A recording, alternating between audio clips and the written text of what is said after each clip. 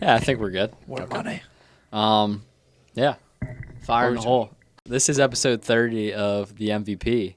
And today we have Tyler Smith, one of my good friends from my hometown, and obviously joined by Alex and myself. And we're going to talk about a bunch of different things, a lot to do with the outdoors and hunting, and kind of just what we've been up to in our 20s post-college era. So, yeah, let's get into it. It's fun. I appreciate you guys inviting me on, man. 30 episodes, man. This is number 30. Milestone right This here. is our. This We is saved our, the best for 30. Yeah. All right, awesome. We round the corner into our 30 strong. 30 eps. You know what's crazy? Think about this. We are very close to 30. We're closer to 30 than you are 10 years old, which is crazy. Yeah, to that's think about. scary, isn't it? Did you guys turn 25 yet? Are you guys 25 yet? I'm 24 still. 23. Are you 25 yet? No, in May. In May. Yeah, so I'll be 25 in March. You still got like a year and a half or so, right? Do they say 20? I hate the like phrase that people say, the 25 is the peak. And I'm like, no, it's not. Like whoever said that? Like Nah, who said man. that? No. There's- 25 is young as hell. Different what I'm eras, saying. man. Still. Different eras of your life. People are always like, oh, once I get to this age, it's like everything's downhill from here. It's just different eras, man. It's different. You're at different phases in your life where, you can accomplish different things. Like, yeah, college was awesome. You enjoy your time there, but once you move on, you kind of, you gain, like the opportunity to do better, more fulfilling things. I feel like, I don't know. It's just It's like complete freedom for the first time for most people. Once you're out of college, like you have no more obligations really, other than you have to make money, and that's really it. Survive. It's really the only goal. Survive and maybe reproduce. and thrive. Yeah, you're in that. You fall into that window though now, because then you're like, Well, yeah. no pressure, man. But I mean, I feel like it's yeah, you're right. Yeah. More so for girls though. Like 25, it's like all right, clock's ticking. Yeah, that's girls true. get like that too, man. They start to get a little. We were just talking about that. The rightfully so. The baby fever, the married fever. It's a real thing. yeah. Everybody runs into it. It you know? does feel like a lot of all of a sudden, like everybody, you go check Instagram, it's like, oh, they're getting engaged. They had children. That's Maybe right. plural. That's Right. what I'm saying, man. That's what I'm saying. Yeah. I don't know if it's just the social media thing that like and now it's more prevalent, but it seems now more than ever, people that are like this age, 23 to 27, whatever, having kids, getting married, Yeah. getting engaged, all that stuff. I'm like, wow, damn! Like I Comes did not at you know. fast. I did not know I was at that point yet. Right. No, I think you're definitely right though. I mean, with just the way things are too now, man, it's like then you see it and then you think in your head you need to be there. Like I need to do that now. Then I'm just like, what am you even thinking? Like I can pump the brakes. We're good here. Yeah, take your time. Take your time. I don't think Yeah. my parents got married until they were like late 20s, 29, 27, That was mine too. and Yeah. then didn't have us, me and my sister, until they were in their 30s. Yeah. Early 30s. So Same like, with my parents. It was like 30s for both of us, and marriage the same. They kind of took their time there after school to enjoy a little bit. Yeah. Yeah. So Yeah. But comes up quick. it does, because you got to think like the last 5 years, it just seems like it flew by. So 5 years from now, 29, 28, Yeah. you're getting there. Yeah. It's to the point too. Like Tyler said, like it's a fun span now because Yeah. you're set up like you got a place now, man. Like you're enjoying it now and get to do things that you like to do. Hunt. You get to work. I mean, get to do things that you like, which Yeah. is nice. It's Yeah. good. It's a good window. Yeah, I didn't ask exactly. you what you do for a living. Yeah. So by profession, I am a sales engineer.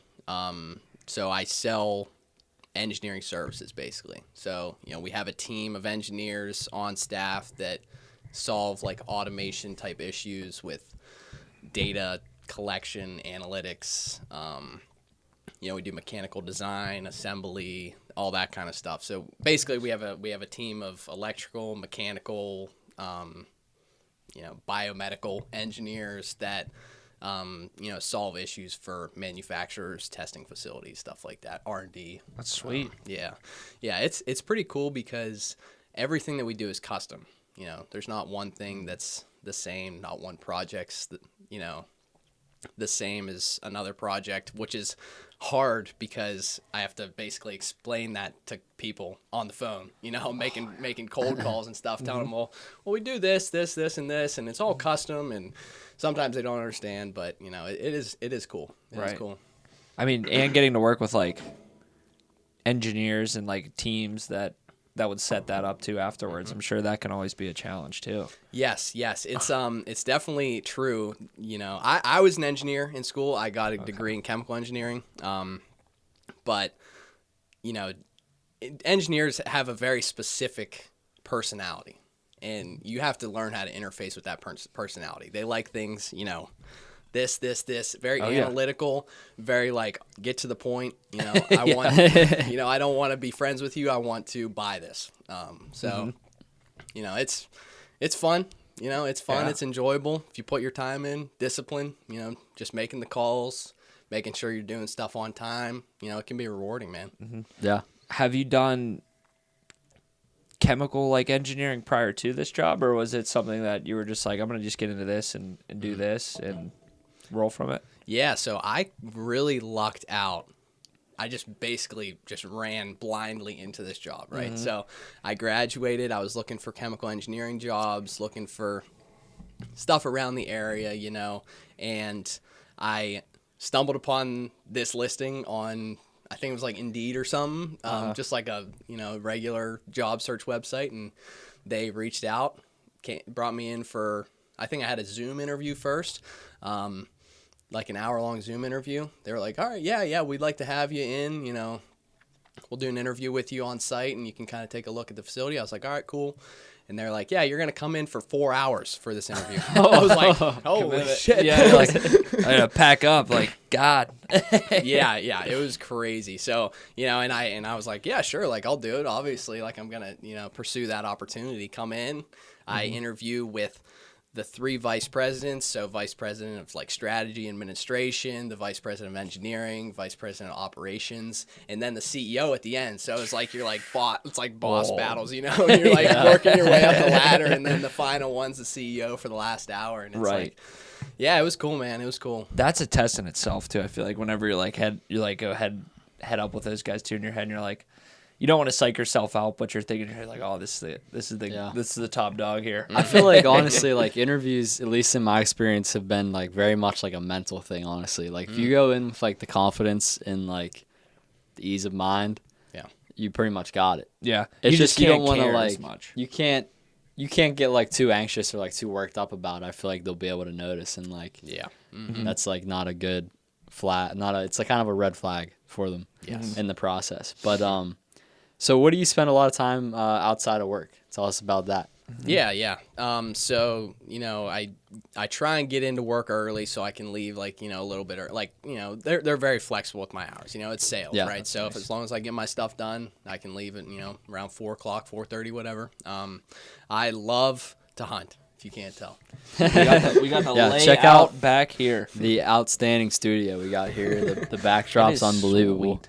Yeah, thank you guys. Thank you. I literally just put this all together this week. So that is awesome. We got it kicked into a little bit of high gear. We have the sound dampening up above us. And it is working. I will say that. It does sound nice in here. Sounds great. It really does. Okay. Yeah, it really does. Cool. I'm glad Makes a difference. Yeah, I'm glad it's working. You just put all this up this week? Yeah. I bought these on Amazon.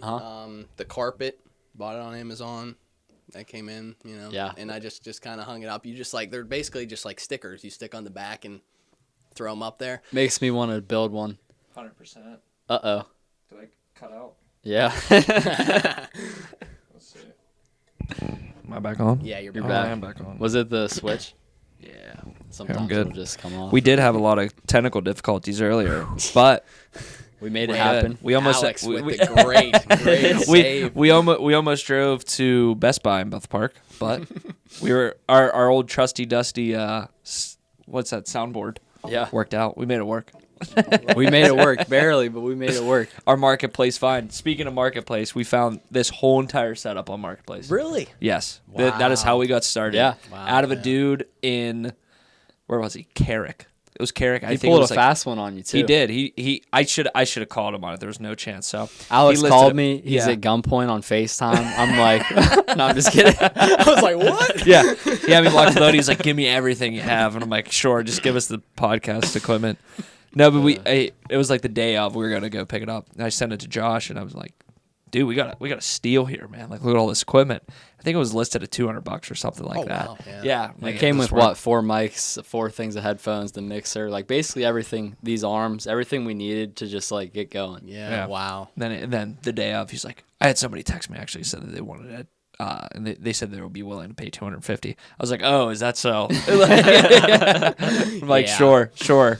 But we ended up caving. We're like, all right, we'll do like $250. I forget what it was, $250 or something like that. I think That's still a good deal. yeah, something like $250 or Yeah. $225 or something. ultimate steal. I'm like, well worth it. Yeah, very good deal. I was looking over at that. Mm-hmm. Could you explain that to me, Tyler? Is that a call?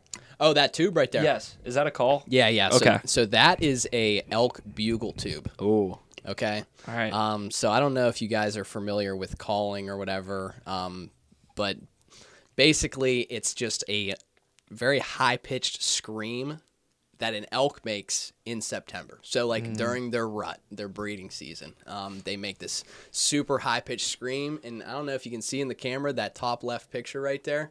That is an elk bugling. You can see like the steam coming out of its mouth, whatever. yeah. But essentially, it sounds like it's like, like super high pitched, super loud, and you imitate it with that tube. So you got like a little diaphragm call that kind of goes in your mouth. It's like a little piece of latex rubber put in your mouth, and you can make a bunch of different elk sounds with it. Really? Yeah, and that just basically amplifies it. And then that little green thing that's hanging right next to it, that is a and you can actually pull that over there if you want to. But Do we get an elk call going on the I feel like I should podcast? grab it real quick. We get the Yeah. elk call ripping. Go ahead, man. That'd be Go ahead. awesome. Yeah, yeah, but Because it's- I'm like eyeing it up. I thought it was a call, but I wasn't sure. yeah. This bad boy. Oh my Yeah, gosh. so this is a cow call. Okay. These are all made by the same manufacturer, so Phelps. Phelps. Shout out to Phelps. Here Yeah. we go. Yeah. Sponsor our boy Tyler. Let's go. Yeah, so Phelps, they make some good stuff, right? But yeah, this is a cow call. It's a little bit quieter, not as ear piercing. Okay. But it is cool though. It is cool, and it takes a while to get to learn it. To get the and hang stuff. of it. Yeah. It's like a turkey call to get a hang of that's very tough too. Yes, right. It's the same exact thing. Okay. So, like the little diaphragm thing with the turkey call. Uh-huh. Yeah, it's very, very similar. Okay. It's just a little bit more robust, I guess. It's a little bit beefier. Okay. There's like a little metal piece on the top. Kind of makes it a little bit more, sturdy or whatever. But you want me to rip one of these right now? Yeah, Let's you mean rip why one. not? I'm curious to hear it now. All right, so this is a cow call. I'll do it away from the mic. Oh So- wow, that sounds like a door opening almost. Yeah, kind of, Wow. right? Yeah, and then so this is a bugle.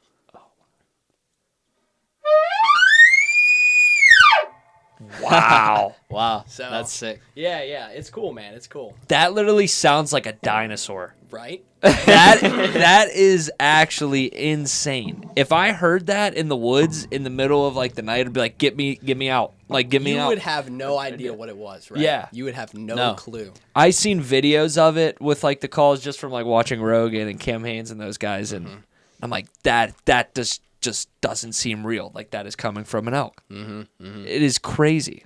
How did they adapt to Yeah. make that sound?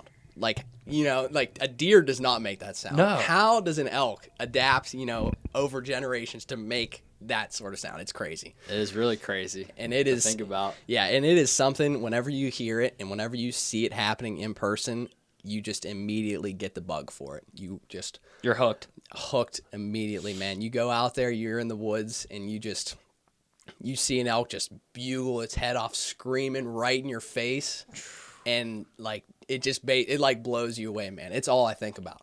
Yeah. It's all I think about after what happened this past September, man. I feel like All this is think a about. great opportunity to transition into this past September. Yeah. You got to Yeah. give us the rundown of your journey to Colorado. All right, yeah, will do, man.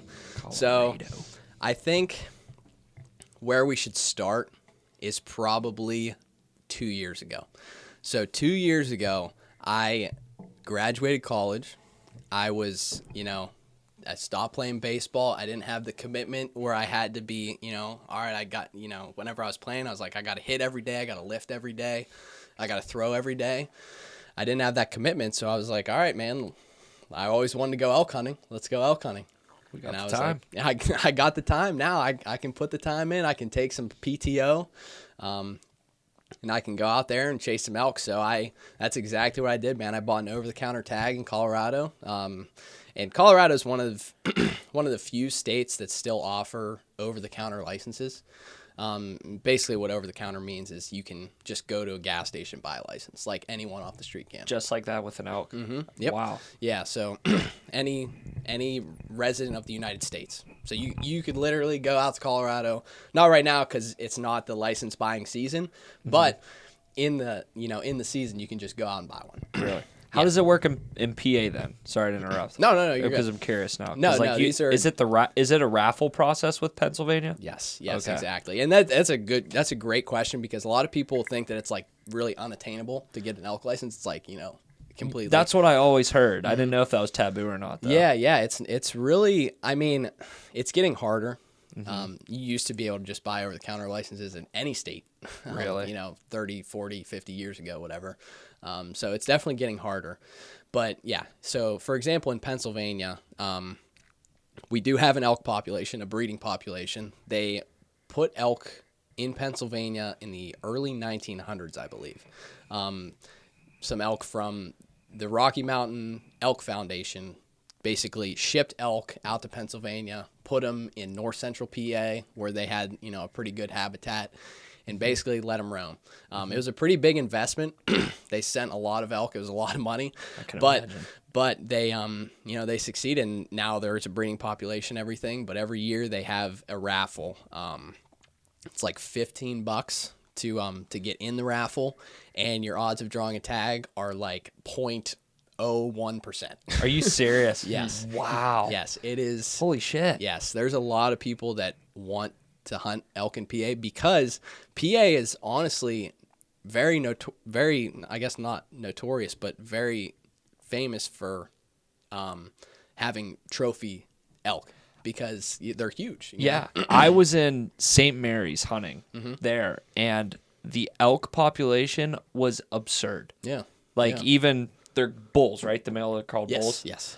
There was massive ones that were just like out lingering around, and the people that were up there talking about like the raffle process. Yeah. And I'm like, they were just right walking through the streets, like in people's yards, and just it's tough for you to hunt it. Yeah, and they know that they're safe. They know they're safe because there's not that many tags they give out. I don't know how many they give out, but it is not a lot, and there's a lot of people that want them, and that's why there's the raffle. And but yeah, like you get preference points every year, and that's like a whole different topic where basically, and that's what happened with me out in Colorado is I did get a preference point because I bought an over-the-counter license.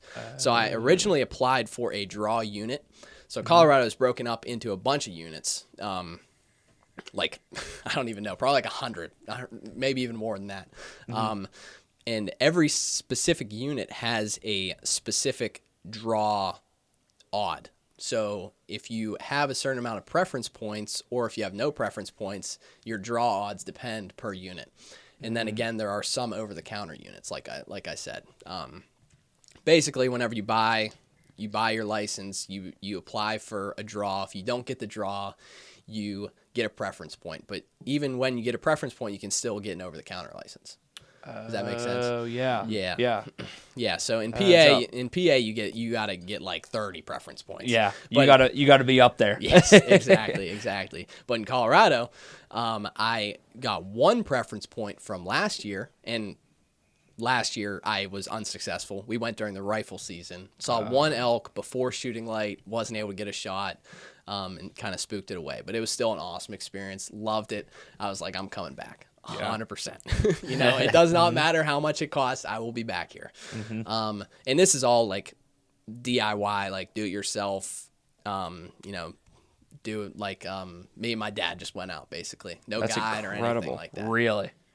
Just watching YouTube videos, you were like, this is how the pattern has to happen. Yeah. Like what you have to do, because the process of it seems intense, man. Oh yeah, man, for sure, for sure. After that first year and learning about elk for the whole year, like once I left Colorado that first time, I was like, I'd never been more interested in elk in my entire life, and I'm even more interested now that I got one. You know, like I was like, I didn't know anything about elk whenever I first went out there. Now, I spent the off season learning and figuring out, okay, what's their habitat like? How do you call to them? Stuff like that. But essentially, I'll go back to the preference point thing. I had one preference point, drew my tag, in a draw unit. I had really good draw odds because I did have that preference point. First year, if you had 0, it was like 61% chance of getting it. 1 is 100% chance. So, obviously got the license. And then basically, whenever you draw the tag, you're thinking about it all year, but when you draw it, it becomes real. You're like, all right, now it's time. Here we go. Yeah, you're like, all right, like this is actually happening. So, yeah, I'd spend so much time, man. Like, I couldn't even tell you how many hours, like 100, 200 hours watching videos, shooting, preparing my gear, researching gear, e-scouting. So like scouting on like a mapping software. So I'd go, there's this app, it's called Onyx. And you go on there, you drop waypoints and stuff like that.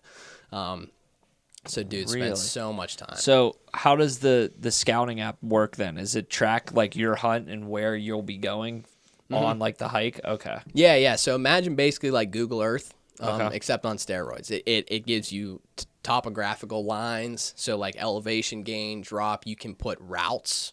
So you can drop points, make a route. Where you want to hike, waypoints for bedding areas and stuff like that. So that was a big part of preparing for it. Yeah, for sure. And so that app, it kind of downloads all that map beforehand, so it just like works off the satellite after fact, or yeah. So you do it like on the web first, and then you can download your offline apps or offline maps. Yeah. So you can access it when you don't have signal. Yeah. That's sweet. Game changer. Imagine doing it without like any of that. You got a paper map. You're like dropping, like making little marks. You're like, I'm right here. About You're 20 miles deep into the woods, and you're like, oh god, how do I get the hell out of here?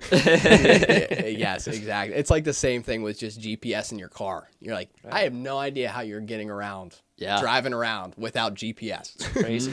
It's the same exact thing. My dad literally like frowns upon me if I even use my GPS. I'm like, dude, my dad's a truck driver. I'm like, man, like I'm using technology, dude. I don't care at this point. Like I'm gonna get lost. Like I'll get lost. You'll still figure stuff out eventually, like with GPS. It just takes longer. Yeah. Like I'm starting to figure out like downtown Pittsburgh, like where I'm like, okay, I know, like I go this way, I'll figure it out. Yeah. Like it's not too bad once you've done it a few times. Yeah. But I still use the GPS most places. Yeah. Once you start learning to read signs, then you're like, wow, these signs literally tell you where to go. Right. You're like, especially whenever your GPS dies or your phone dies or whatever, you're like, all right, now I got to figure out how to get back. All right, 79 south. All right, that'll take me to this road. General. I'll get there in the general area. We're going at least the right direction. Yeah, you're like, all right, I live south of here. I guess I should go south. I just got my permit. We were in Indiana for a basketball tournament. Dad goes, "You're driving home." And I'm like, "Oh yeah." I'm like, "All right, cool."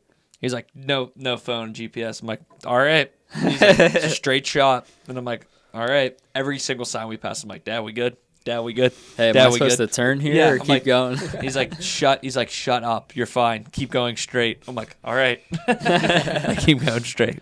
That's funny. No, but so take us through like the process you were talking about, like kind of studying up on everything, researching everything. Like how did you get into like selecting the area you wanted to go? Yeah, so there's a lot of crazy websites out there. I won't even go into naming all of them because there's a bunch, but there's a lot of websites that'll give you draw odds based on the preference points that you have. So I'd use those and I'd say, all right, I got one preference point. Where's the highest percentage public land was my first one. My first, criteria.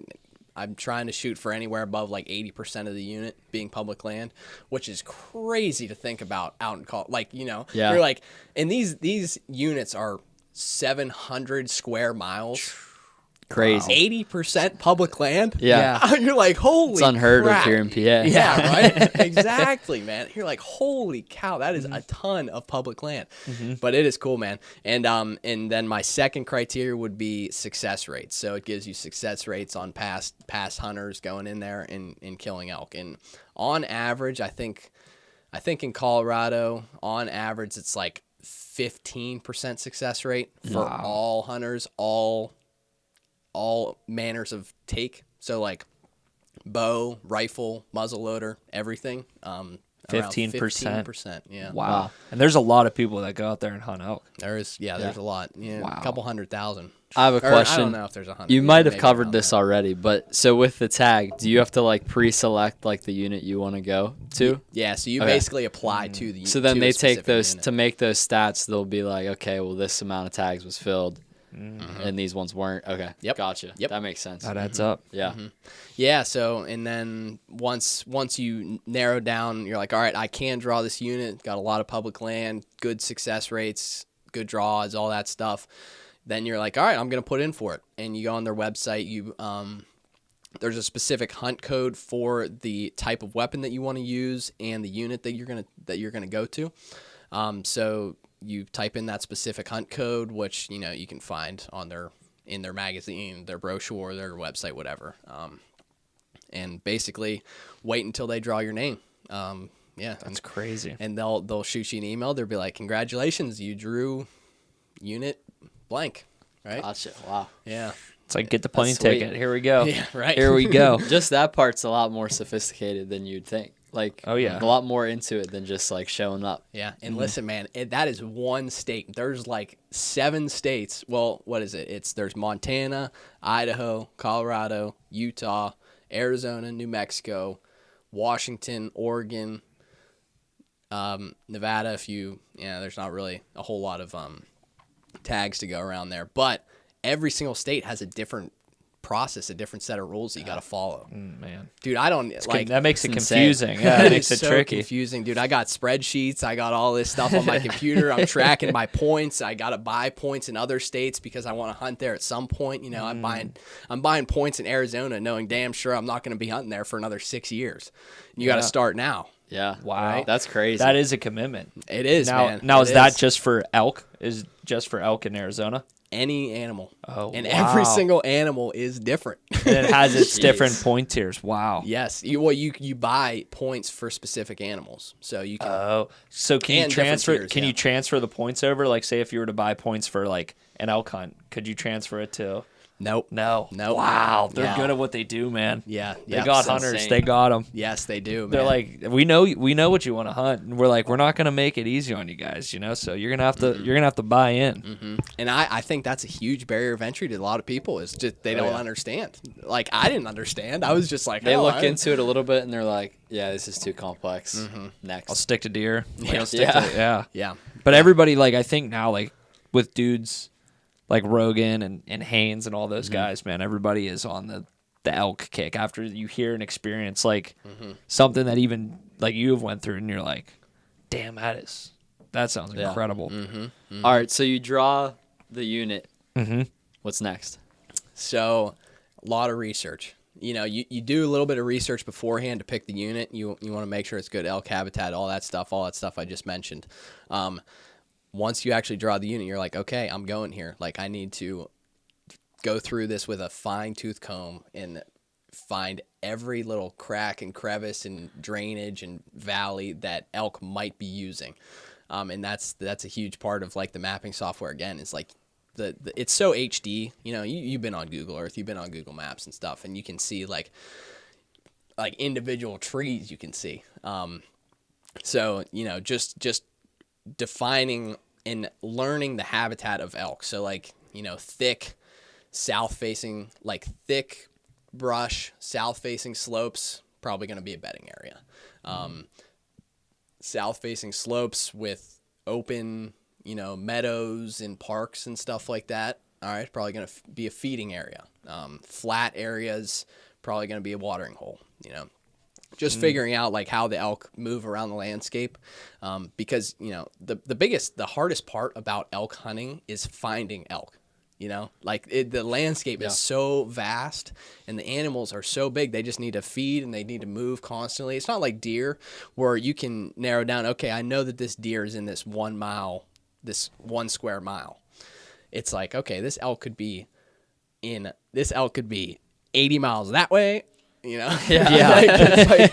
It's like, and I could have been hiking the complete opposite way. Right, exactly. It's in like the migration patterns and all that stuff. You kind of have to understand where they're at in the season, how much snow's on the ground.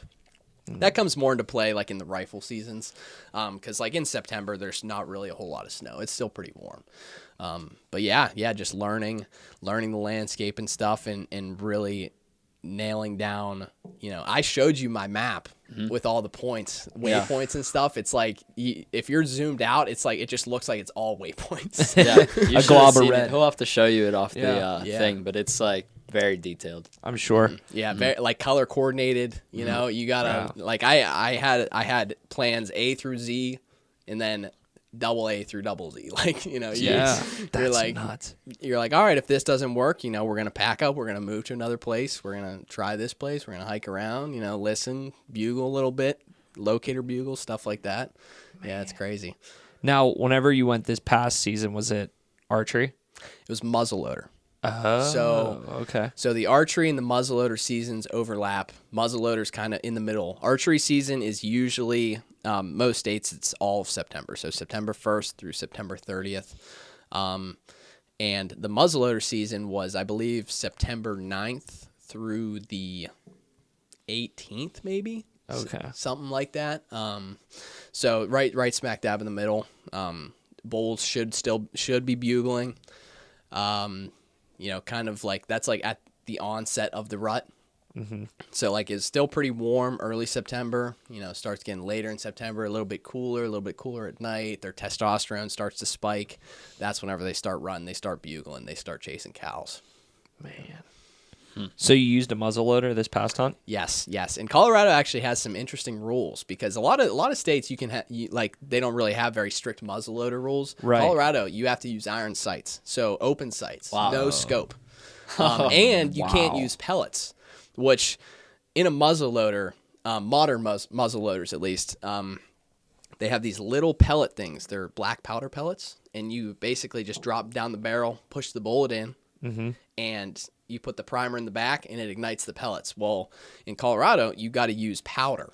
So like with the powder horn. Oh my God! Seriously, Civil War, like holy shit! Yes, exactly, man. Wow! Exactly. In that whole time, you're like, please don't move, elk. Please don't move. Yeah. yes, because it doesn't ignite right away. Like it's like, like it'll the hammer will drop in like fraction of a second and then it'll fire. Mm-hmm. Wow. Yeah. That's crazy. It's insane. It is interesting. And if you don't press the powder, like you gotta keep the powder dry. You gotta push the bullet the whole way in, make sure it's very tight against that back wall. There's a lot that you gotta consider. Did you spend a lot of time then the past year or two, like kind of working with muzzle loaders to like prepare for that? Yeah, refining it, researching it, learning how much powder you need, because you can't just pour it in. Yeah. It needs to be very consistent. So you got to measure out a specific grainage of powder that you want to use and stick with it. And the grainage of powder that you use is directly correlated to the grain bullet that you're using, so how heavy the bullet is. So if a bullet's a specific weight, you need to use a specific amount of powder. So researching all that was a process in and of itself. Was that your first, practicing? Was that your first time using a muzzleloader too to hunt? Now, I've used muzzleloader before, but I've never used it with just the powder. I've always used the pellets. Right. I was going to say, that's got to be freaking crazy. And then you're trying to hunt an elk on top of that. Yes. Like if it was a deer, I'd feel a little bit better, but then it's like an elk, you're like, oh boy, this is a big one. Can't mess this up. Yes, yeah. Exactly. It's like a much bigger, just like a much bigger presence, Right. Bigger target, but definitely a bigger commitment. A lot more pressure to it. A lot more pressure. Mm-hmm. All right, so take us through like the week or two leading up to you heading out there. Okay. So just a lot of refining my elk calling. I'd be in my car on my way to work, on my way home from work, calling. Taking this guy with you? Yes, There I you had go. that thing literally wherever I went. Like, Sammy was probably just so pissed at me that whole entire couple weeks because all I would do is, like, whenever I was home, I'd be bugling, I'd be cow calling. Like, I'd be practicing, right? I'd be practicing, and then I'd go to the range and I'd shoot the muzzleloader, shoot in 100 yards, see where my comfortable range was at. Making sure all my gear was organized, packed. I had my backpack. I had everything that I needed. In making it so that whenever the day did come where I was leaving. So we left on, I think I took a half day on Friday, and we left Friday like midday-ish. So I was like, all right, I need everything in my car. I do not want to have to think about anything the last week. I want to be able to just grab the tote and just leave. And that's exactly what we did. Just grabbed all my stuff that I had packed up, and I just, dipped out, started driving. Did you drive to Colorado? Yeah. Holy shit. 24-hour drive, right? You 24 didn't stop. hours. Did not stop. We stopped for gas. Yeah. Wow. Yeah. It's me, my dad, my one buddy, Matt Reese. Shout out Matt Reese. Shout out to Matt Reese, man. That is I'll a send you the trip. podcast, buddy. And I'll have to George listen to Smith. it. And George Smith. Yeah, man. Yeah, he, dude, both huge helps. Huge helps. Like, I couldn't have done it without, like, just me, man. It would have been so tough, especially the driving, dude. Oh, I can imagine. Because we my dad, we took my dad's truck, and he has the back seats flip up. So what we do is we laid a mattress down, like a foam mattress. Then we put sleeping pads on top of that, and then sleeping bags. So it was like a cloud back there, man. Yeah, it was so nice. comfortable. So we go. All right, 3 hours, just rotate basically. Yeah, That's not bad breaking it up that way too. dude. Honestly, you could like easy. Yeah. Easy money, man. I could do it. Again. I'd do it. I would do it every single, like, I will do it every single year, unless it's like way the hell, like I'm going to like Oregon or something. Yeah. Where it's easier like to 40 fly. hours. Yeah. but All the way across the country. Yeah. It's just a lot easier, Yeah. I feel like, to drive, especially in that scenario, because then you have your own vehicle there. You can take way more stuff. You don't have to worry about, like, security and stuff at the airport and dealing with all that shit. Yeah. So, That's what I was going to ask, because I was like, how would you get everything over gear-wise? That would be tough, but what driving, route did that it makes take sense. you on? Was it like, what cities did you go through? It's literally 80. Just 80 the whole way. Entire way. Damn. Until literally we were directly north of where we were going. So it was That's like crazy. It was like 80 for like 22 hours, and then 2 hours south. Wow. Yeah. Nuts. Yeah, it takes That you is through 80 takes you through what? Chicago. Light died I think back we there. lost the light. Yeah, that little light died Yeah, back there. that's That's not a alright. huge Oh, deal. well. What is it? It takes you through Chicago. I don't know. You go through Illinois, Indiana, Ohio, Iowa, I think Nebraska, Wyoming, cool. and then brings you down into Colorado. That's Wow. sweet. I never drove through Iowa or I haven't Wyoming. either. Holy I've never shit. been like That's up on sweet. that part of the U.S. yet. Flat, Not man. driving, at least. I mean, flew through there, but Yeah. Now, could your dad Flat. and friend did they get tags to hunt too? No, it was just me. They were just like along for the ride. My dad, he just enjoys being around and helping out. Like super thankful for him and like everything that he does. And my buddy Matt, I told him, I was like, hey man, like he's really into hunting too. He lives near State College, like where all those elk are at. Oh yeah. And I was like, hey man, like we kind of talked about it a little bit before. I was like, hey, listen, I'm going out. Like, you want to come with? And he was like, hell yeah, I want to come with. That's And awesome. I was like, all right, man, let's do it. Like, here's what you need. Here's what I'm thinking we're gonna do. Send him all my pins and stuff. And he's like, I'll be there, man. I'll be there. And yeah, we drove out. That's sweet. Yeah, dude, he's That's a freaking good friend, man. champ right there. That's man. a good friend right Yeah, there, Yeah, man. dude, I love him, man. And whenever we did come back, not to spoil anything, but we did get an elk. And Yep. whenever we came back, man, he stayed here for what? It was like, dude, we were cutting up meat for like 48 hours. He stayed here, helped me out the whole Jeez. time, packaged everything with me, man. What a freaking legend. What a legend. That's guy. a friend right there. Yeah. Holy shit. Yeah. Good dude, man. Good dude. Now, the training, like, because I know that you have to get to certain points on the mountain, like for elk, right? Now, do you have to go up the mountain, like away from the elk and then start working your way down, like in terms of like the patterns, I guess, for it. Mm-hmm. Now those hikes, like, were you training, working out wise, walking around the neighborhood with your gear and everything too? Yeah, that's exactly what I was doing, man. Every morning, whenever I walk my dog, I'd throw on a 45-pound backpack and I'd walk around the neighborhood with him, up and down these hills. You see how steep the hills are. Oh yeah, yeah. We just go up and down and do our loop that we normally do, like a mile and a half about. But yeah, and then I'd come back and do like some lifting stuff. A lot of like the training aspect of things. I learned a lot of what I know now from baseball and from training for baseball. So like putting yourself in situations and movements and positions that you're going to be in whenever you are doing the specific activity you're training for. So for baseball, it's like all rotational stuff, right? For elk hunting, for hiking, all that stuff, it is stepping up, doing step ups, lunges, a lot of linear movements. So really working those sort of muscles, like block step ups, like lunges, like I said, reverse lunges, just killer leg workouts. Oh yeah. It's big hamstrings, quads, obliques, like back. Because if your back goes on you one day out hunting and you're like your toast, your hunt is shot if you're not trained and ready. Yeah, that's the scary thing, man. Is if you tweak a knee or your joints aren't in good shape, you don't have that impact training, you could be done. You could have wasted all your time, all your money coming out there, and that would be just heartbreaking, man. Heartbreaking. Yeah, that wouldn't be good.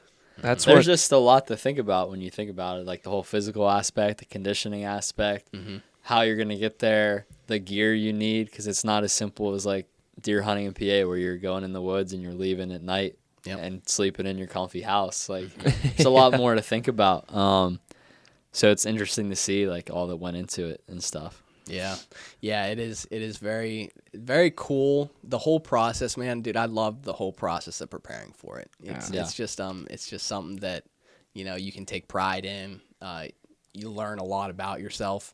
And really just, it's like setting a goal and achieving the goal. Yeah, that's exactly it. So when you pull up in Colorado, take us through that, like when you get into like the campsite and all that. This is when it gets crazy, man. So when we pulled into the site, well, we got there around like noon-ish because that's when we left. In like 24-hour drive, we left at 2:00. It's 2-hour change. So we it like technically was 24 hours for us, but in real time it was 22 hours. So we got there at noon. Pulled up to pulled into the unit. Right as soon as we got into the unit, I was like, all right, let's pull off the side of the road. Let's get all our shit on, get all our hunting stuff, like pants, boots, get the gun, ready. You can't load it yet because you're still in the car. But just get everything ready. So if we do see an elk, we can just get out and go. We don't have to get ready and stuff like that. So we pulled into the unit, driving around, looking at the mountains and stuff. Super steep, rugged country. You can't, like, the first part, you were like, all right, there's no way there's going to be elk around here. Like, you're looking at it like, oh my God. It's just too many cliffs, too many rocks, all that stuff. So I was like, all right, we'll just we'll keep looking, but let's get to where we need to go. So got to where we need to go, eventually down this dirt path. And I was so nervous pulling in because, Colorado elk hunting, notorious for a lot of hunting pressure. Tons of people going out there trying to get elk, especially on a relatively easy to draw unit, one preference point. We got to the trailhead, not a single car. I was like, praise the Lord. You're like, let's go. Yeah. No one else is out here. Yes. I was like, oh my gosh, wow, we lucked out. So I was like, all right, let's do it. Like, we got out, and the plan was, because you need to factor in the elevation change. We're at 9,000 feet. Here we're at 1,000. Yeah, that's big. That's huge. We were at 9,000 So you got feet, straight out of the car and went to hunt. Like from driving down. Basically, yeah. Holy shit, man. Yep. So we got there, made sure we were all ready, had a high carb meal. So like just a lot of carbs. It kind of helps with the altitude change. And my plan was to go very easy. the first day. We were only going to hike about like 3/4 of a mile ish up this drainage in this little saddle. So basically, the mountains are peaked right here, and they come to a little saddle, and then we'd be able to see on the other side, and use our binoculars, kind of tear apart the other mountain on the other side. So yeah, that was the plan. Got out of the truck, started walking up the hill, and not even 15 minutes when we got out of the car, just a bugle right up the hill. No way. I was like, that thing's right there. I was like, holy shit. Like, we can make a play on that elk right now. So I was like, okay. I was like, all right, you guys stay here. I grabbed my bugle tube, my rifle, dropped my pack with them. And I was like, all right, stay right here. I'm going to walk this way, kind of downwind of this thing. So the wind's blowing towards me. And it was in this area that I marked on my maps as a bedding area.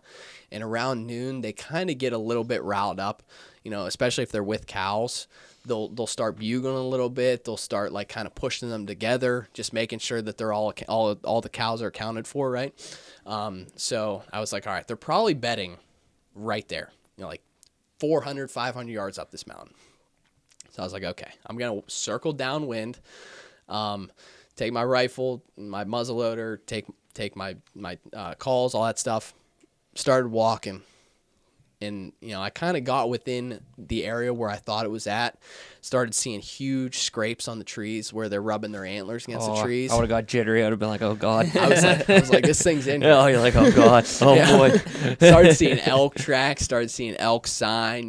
Scat. And I was like, oh man, he's here. So I bugled because whenever they're kind of holed up in the bedding area with their cows, and another bull comes and works its way closer to them,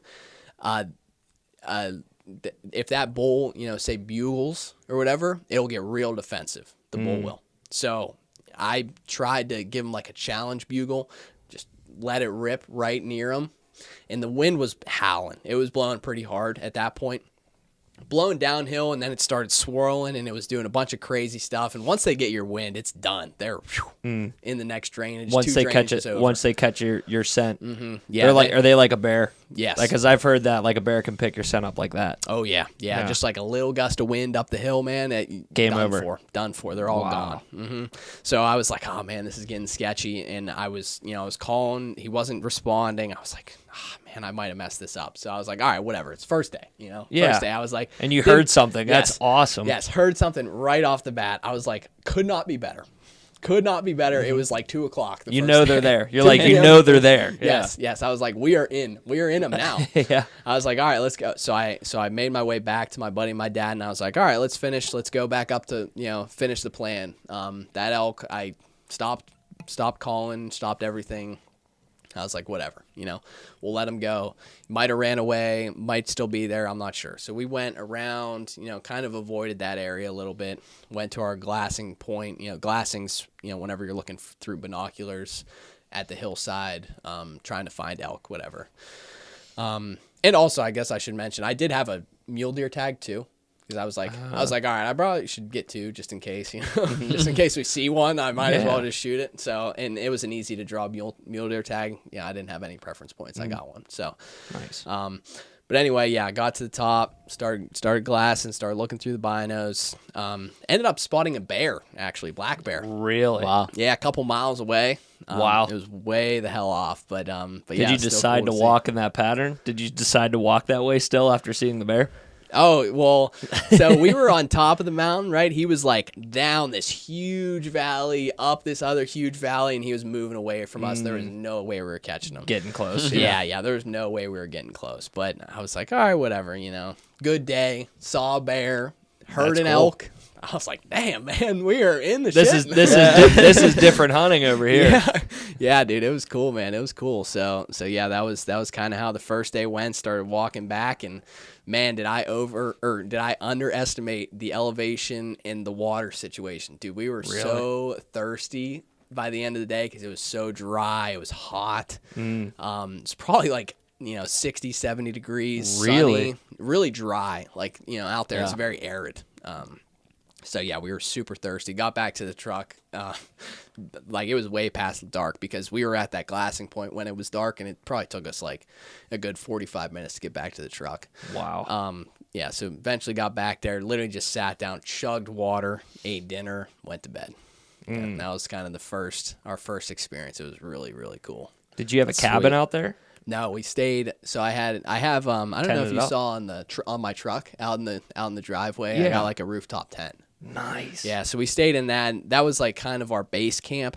I also had just a regular like a backpacking tent that we were going to take if we needed to hike to certain areas and stay overnight and out in the backcountry, stuff like that. Now, is that typically how it works for every hunter that's out in Colorado that's going for elk? Is like they can expect like you need to have a tent set up in terms of gear? Yeah, if you're you don't have to per se. If you're doing like these public land type, easy draw units, you're gonna want to get away from the roads, gonna want to get away from the crowds because not a lot of people are willing to hike and stay overnight and do that kind of stuff, roughing it like that. So we kind of had like a hybrid strategy where we could have done backcountry if we needed to. If we found elk and we needed to get to them, we could do that. We could also stay by the truck. And since there wasn't anyone there, it was like perfect opportunity. Like, all right, we'll stay by the truck. We'll sleep on the nice 3-inch foam mattress, in the tent. It's like luxury compared to sleeping on the ground. That's hilarious. Yeah, it's cool, man. It's cool. So what you get up day 2? What time do you get up to start your hike?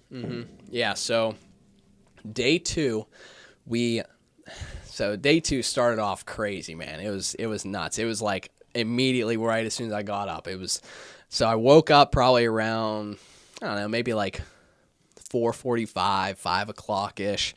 And I always sleep. Like I need my sleep, no matter what I'm doing. I literally got like a sleeping mask, cover my eyes, earplugs so I can't hear anything. And I slept like a rock. But anyway, I woke up in the morning, kind of pulled my earplugs out and I was like, I hear something outside the tent right now. I'm like, what is that? And it was sounded like trees breaking and like brush breaking. And I was like, that is an elk right outside our tent. 100%. It's like raking brush. It's rutting. It's going crazy out there. It's right before daylight, right when they're moving usually. Wow. And then I was like, wait a second. That might be a bear. Yeah. Did we leave food out? Because I was like, oh shit, I think we left some of the food out. I was like, oh no. I was like, that's definitely a bear. So I peeked my head out and I was like, no, nothing touched our stuff. I was like, oh my gosh, that is an elk for sure. So I was like, okay. I told my dad because he was in the tent with me. Matt was in the truck. He was sleeping like in the back seat. And so I told my dad, I was like, there's an elk out here. Like, don't make any sound. Let's just wait until it gets light. And he's like, just telling me like, stay here. I was like, all right, we'll stay here. Keep in mind, all my stuff, my gun, my boots are in the truck. All the way from you gotta like quietly go in there and you're like, hey Matt, wake up. yes, exactly. So I very, very quietly open up the zipper in the tent. Never been so loud in my life. Like, it just seemed like you're like, this sounds so. He's gone. Yeah, just like it's like grinding. I was like, oh my gosh. So, but yeah, in the quiet out there because there's like around here there's like you like hear like bugs and like frogs and stuff like out there. It's nothing. It's silent. Just the mountain. Yep, just the wind, the mountain. It's cool. But yeah, so we got to get out, kind of work our way down the ladder, make it to the bottom. I was telling Matt, or make it down to the bottom of the ladder, like creaking down the ladder. I was like, oh my gosh. I knock on the window. I'm like, Matt, there's elk right over there. I'm like literally right there. But the window's closed. He can't hear me. So, and he's like, okay. He's like, okay. And like, I like open up the door real slowly. I was like, hand me my gun. So handed me the gun, put my boots on. And it was starting to get light. Like the sun was starting to come up. I was like watching my clock. I was like, all right, it's almost shooting time because there's a legal shooting light. 30 minutes usually before the sun rises is legal shooting light. So I was like, all right, now it's legal shooting. Like, I'm going to go after this thing. It kind of made its way like a semicircle around our camp. So it was behind us at first, moved around. It sounded like it was 40 yards away. So I was like, okay, I'm going to work my way towards it, grab my gun. And luckily it was right up the trail. So it was like kind of like a gravel, sand. It was pretty quiet. So I started walking towards it, creeping. I was like down low, you know, sneaking up, and I get close to it, and I'm like, all right. And I like peeked up over the brush.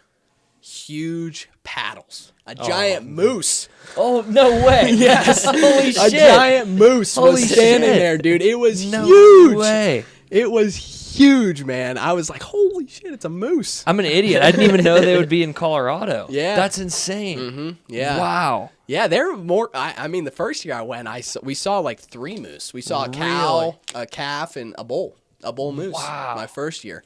But yeah, we saw They're, that bull moose. they're like twice the size of a fucking pickup Big truck. boys. Yeah. It is absurd. Tall, man. It is. Tall. It is absurd. Mm-hmm. Now, is there any permit or license that you could buy to hunt a moose? Yes, you can. That would very, very hard to draw. They're probably sure. just as hard to draw as like a Pennsylvania elk license. Okay. And they're once in a lifetime. Like literally, if you draw it once, you can't even apply again. Really? Mm-hmm. And Wow. that's in most U.S. states. In Alaska, you can go up and get multiple moose tags. But Really? but yeah, in the lower 48, you got one moose tag per state. And you have one. And you have one chance to Season. to get a moose too. Like even if you don't tag out, you're done. You're done. Can't apply again. Wow. Wow. That's stakes crazy. stakes are high, and I'm Yeah. sure that to get that license probably is not cheap. No, Yeah. it's like what is it in Colorado? It's like $1,800, something like that. It might be more than that. I don't even know. Damn. Wow. I'm trying. I'm like kicking myself because I didn't buy any preference points for moose last year, or like any other species besides mule deer. And no, I didn't even buy a mule deer preference point. I think I just bought antelope. So Antelope. Yeah. Antelope. Wow. Yeah, so I'm like kicking myself. I'm like, oh my gosh, that's 1 year I could have been closer to drawing. But Antelope would be crazy. But yeah, dude, antelope is cool, man. But yeah, so I saw that moose, and I was like, okay, well, that's awesome. I was like, sick. but I can't shoot it. So worked my way back to the truck, and I told my dad and Matt, I was like, giant moose. It's like huge moose. They're like, what, really? I was like, yeah. And I was like, you probably see it here. And like they eventually did see it. But whenever they saw it, well, I guess I take a step back. Whenever I did get back to the truck, like we were like, all right, let's have some breakfast. You know, we saw the moose. We were like, it's already daylight. You know, we can kind of take it easy a little bit. So yeah, we ate breakfast, or we started to make breakfast. Another bugle on the top of the hill, right, same exact spot. Well, a little bit more to the right, but like around the same elevation band. I was like, there's another elk. You're like, I'm not eating breakfast. I was like, I ain't eating breakfast. Give me the gun. I was like, let's go. I literally had a T-shirt, and you can see in my picture that I posted on Instagram. It's like I got like a T-shirt on. I got like my binos and just like pants. That's like, awesome. I was like, all right, let's do it. Basically, just took off up the mountain. And you hear a cobalt. I was like, what? Get me in here, man. What's going on? That pup. Oh man, he's feeling left out. But yeah, so we so I was like, all right, let's do it. Like, let's go. I started hiking up the hill, and it was bugling in the morning. It kind of was trying to locate cows. It's trying to see where cows are at. So I was like, okay, like I'm gonna try to pretend to be a cow as I'm walking up this hill, walking up this mountain, going downwind, very consistent wind. So it was blowing straight from him to the left. So, and it's kind of like a drainage, right? So he was up here, we were down here. So we were walking up this way, kind of circling downwind, wind's blowing this way. So started working my way up there, cow calling, every 10 minutes or so. Trying to work pretty slowly, but like not like trying to not make any noise, because elk are huge. They're making a bunch of noise. So yeah, I was walking up that way, and he was coming towards me. He was coming towards the calls. I was like, okay, like he's interested, and bugling his way in every 5 minutes or so. Eventually got to a point where there's like the hill, and then there was a bench, and then there was more hill. Whenever I got up on that bench, I was like, this is a great spot. Like right on the elevation that he's coming, maybe a little bit below him, because bulls, whenever they're challenged, they're not going to want to go up. You know, they don't want to fight uphill. They want to fight downhill. So I was a little bit downhill of him, kind of coming towards me. I was like, all right, like this is a great spot, great position that I'm in. I'm going to cow call a little bit more, wait till he gets a little bit closer. And then right whenever he bugles, whenever he's close to me, I'm going to scream right on top of him. So pull out my bugle tube. Right whenever he bugled, I cut him off, screamed right on top of him, and then I cow called after that. So I was trying to imitate me being a bull with a cow. He's a bull without a cow. He wants that cow. All right. So what's going on down there? Yes. It's on my territory. Right, exactly. And he's like, there's no way that this bull is going to take that cow from me. So I bugle on top of him. He kind of waits a little bit, and then he bugles again. I bugle on top of him again, cut him off again, and now he's fired up. He's chuckling. Whenever bulls get really fired up, they bugle, they go, and then they like chuckle at the end, like. So he bugled, he chuckled, I bugled, I chuckled, just basically imitated him, and then cow called down the hill a little bit, like kind of turn my mouth away.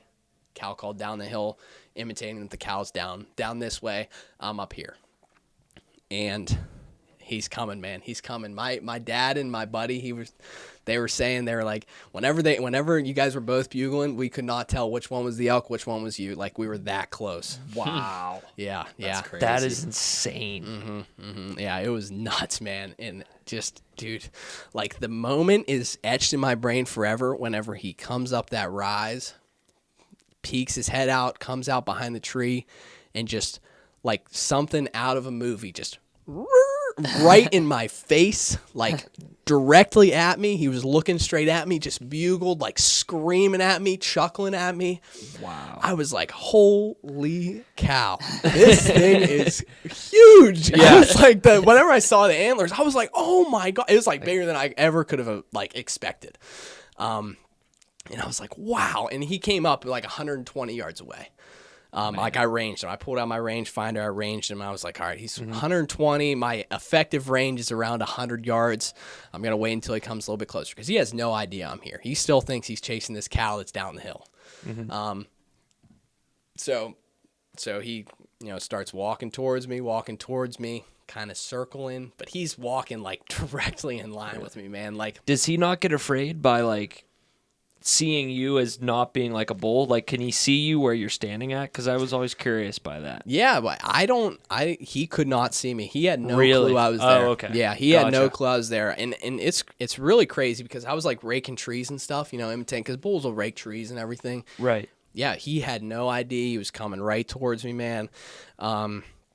Right towards me, so much so that I did not have a shot until he got within like 60 yards of me. Wow. So he walked a whole 60 yards with me in sight, straight towards me, and I couldn't even get a shot because he was facing towards me. Like, you don't really want to take a frontal shot because it's not like a super high success rate, a lot of thick skin to get through, just like a lot of things can go wrong.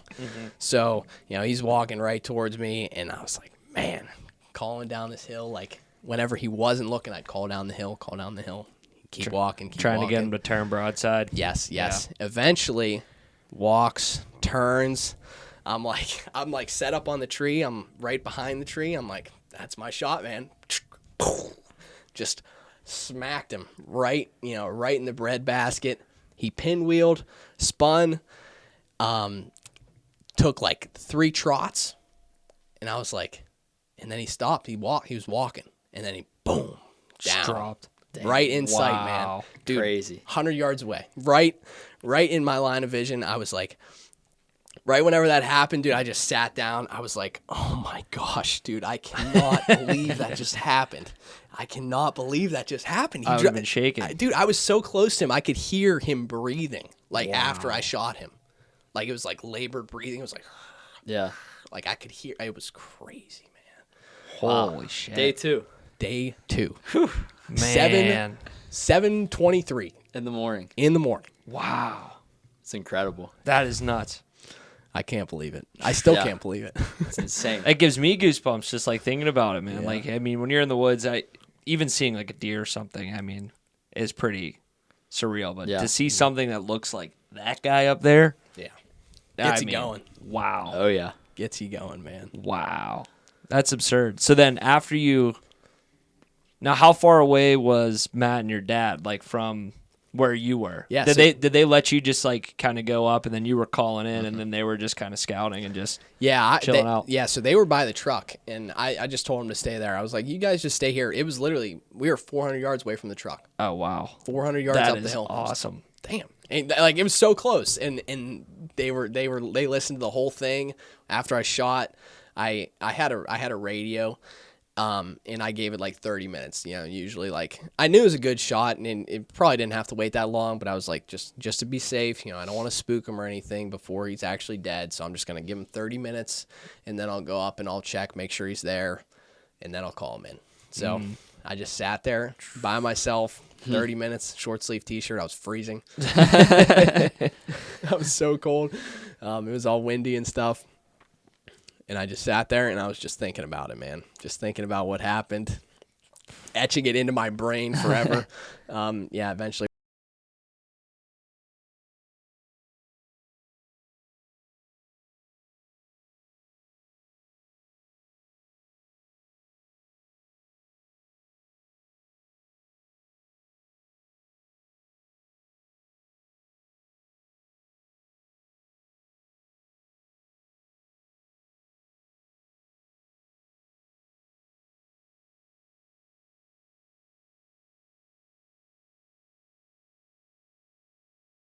Take us through the process of getting the elk out of the woods? Because I'm like, Yeah, so these things are massive, obviously. Like, they're like, you know, they can be upwards of 800, 900,000 pounds. Like, big elk.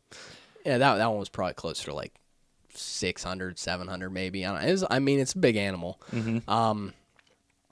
And so, you know, essentially what you do is you got to quarter it. You got to skin it. Well, skin it first or gut it, you know, depending. There's different ways, different methods that people use. We use the gutless method. Basically, you keep the guts in, skin everything back, cut off the legs, cut out the rib meat, cut out the back straps, the neck meat, all that stuff.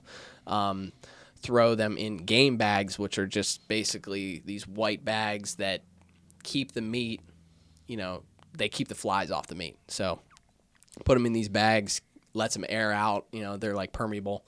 So, you know, lets the wind blow through them, dries out the meat, you know, kind of cures it a little bit while keeping the flies off.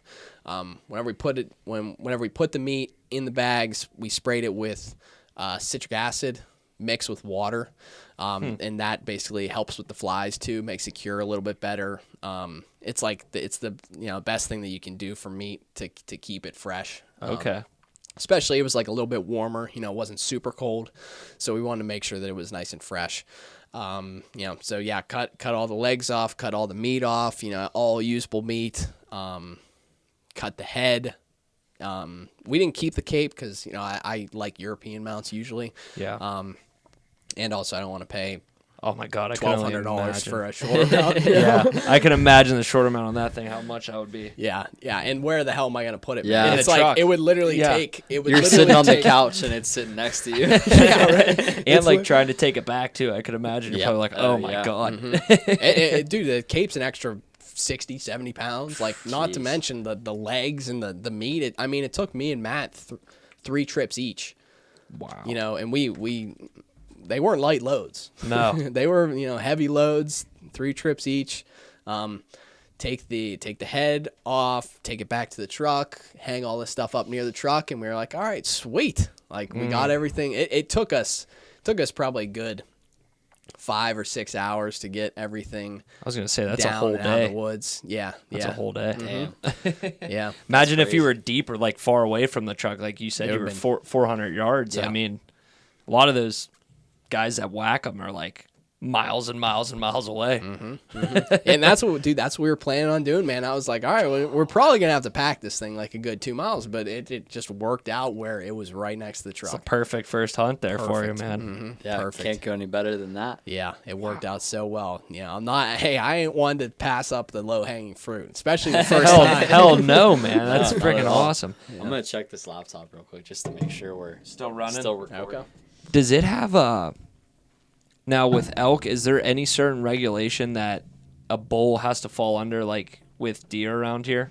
Like buck? Yes. So there is antler restrictions. It is, I believe it's either a 5-inch brow tine or 4 points on one side. Okay. So That's tough. it could be a That's spike tough to with 5 inches of brow tine, or it could be, a 4x4 or, 4x5, or it's just got to have 4 points basically. Okay. So say if it was like that.